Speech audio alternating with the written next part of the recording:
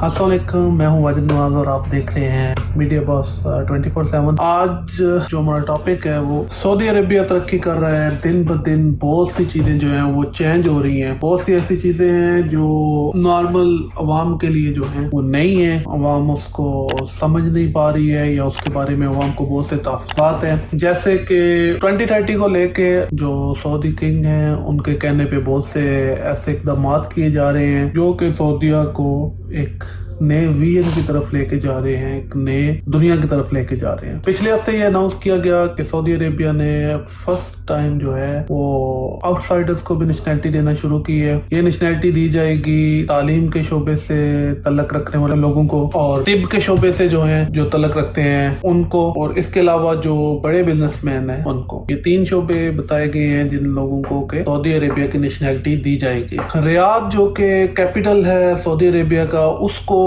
Dubai type بنانے کے لیے کوشش جاری ہے، جو ایک بزنس ہب بنا تھا ابو ظبی دبئی۔ ابھی ان کی ٹرائی یہ ہے کہ وہ اسٹیٹس جو ہے وہ ان سے لے کے ریاض کو دیا جائے۔ ریاض کے لیے بہت سی ایفرٹ کی جا رہی ہیں۔ ریسنٹلی کہا گیا ہے کہ جو بھی کمپنی گورنمنٹ سے کانٹریکٹ کرنا چاہتی ہے سعودی عربیہ میں، اس کو اپنا ہیڈ آفس جو ہے وہ سعودی عربیہ میں کھولنا پڑے گا۔ 44 جو بڑی ملٹی نیشنل کمپنیز ہیں، جن میں بہت سی بڑی کمپنی جیسے پیپسی ہوگی، سیمنز ہوگی، آئیکیا ہوگی، اس طرح کی جو بڑی کمپنیز ہیں، ایسی ساری کمپنی شامل ہیں جو اپنا ہیڈ آفس ریاض میں کھولنے جا رہی ہیں۔ اس کے علاوہ 488 دوسری کمپنیز ہیں جو کہ ریاض میں اپنا آفس کھولنے جا رہی ہیں۔ اس کا مطلب یہ ہے کہ سعودی کنگ کا جو ویژن 2030 ہے اس کے مطابق انہوں نے اپنا ورک آؤٹ شروع کر دیا ہے۔ آلریڈی سعودی عربیہ میں بہت سے ایسے پہلے بھی اقدامات کیے گئے ہیں، بہت سے ایسے پروجیکٹس چل رہے ہیں جو کہ 2030 کا حصہ ہیں، جو کہ اس پلاننگ کا حصہ ہیں جو کہ سعودی گورنمنٹ نے کی ہے۔ اب دیکھنا یہ ہے کہ کس حد تک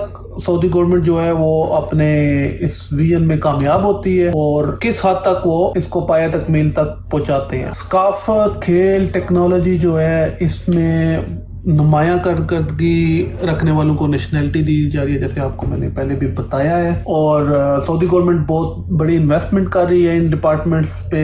کاروبار کو آسان بنانے کے لیے ویزا سسٹم جو ہے اس میں بہت ہی لچک دکھائی گئی ہے، بہت سی آسانیاں پیدا کی گئی ہیں لوگوں کے لیے تاکہ زیادہ سے زیادہ لوگ آ کے سعودی عربیہ میں انویسٹ کر سکیں اور یہاں پہ کاروبار کھول سکیں۔ انٹرٹینمنٹ انڈسٹری کے لیے 64 ارب جو ہے وہ گورنمنٹ نے مختص کی ہے۔ جیسا کہ آپ سب کو پتہ ہے کہ 1980 سے جو ہے وہ سعودیہ میں سینما اور ٹی وی پہ پابندی تھی، جو ٹی وی شوز وغیرہ ہیں ان پہ پابندی تھی، جو کہ 2018 میں ہٹا لی گئی ہے، اور اب اس میں بہت سی امپروومنٹ لائی جا رہی ہیں۔ یہ چند سال میں ڈرامائی تبدیلیاں ہیں ٹی وی اور فلم سے ریلیٹڈ سعودی عربیہ میں، جو کہ لوگوں نے نہیں سوچی تھی کہ اتنی جلدی ہوں گی۔ بہرحال یہ اب ہو گئی ہیں اور ان پہ کام شروع ہو گیا ہے۔ سعودی عربیہ کا ایک ریجن ہے تبوک، اس کا ایک ایریا ہے جس ایک نیا شہر تعمیر ہونے جا رہا ہے جس کو نیوم کا نام دیا گیا ہے۔ اراؤنڈ 175 کلومیٹر یہ ٹوٹل شہر ہوگا، جو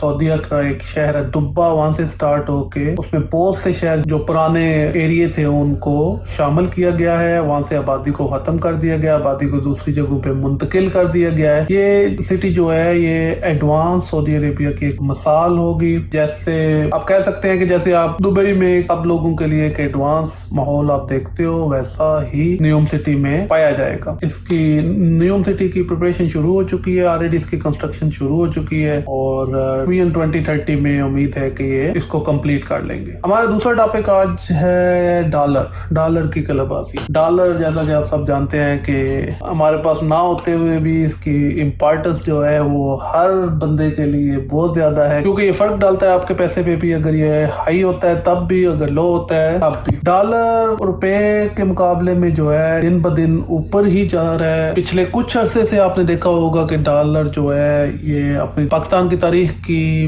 بلند ترین سطح تک گیا ہے۔ اکتوبر کے مہینے میں 175 پہ ڈالر بند ہوا تھا، 175.27 پہ بند ہوا۔ نومبر میں جا کے سعودی عربیہ کی طرف سے پاکستان کے لیے ایک امداد کا اعلان کیا گیا، جس کے بعد 3 روپے ایک بار اور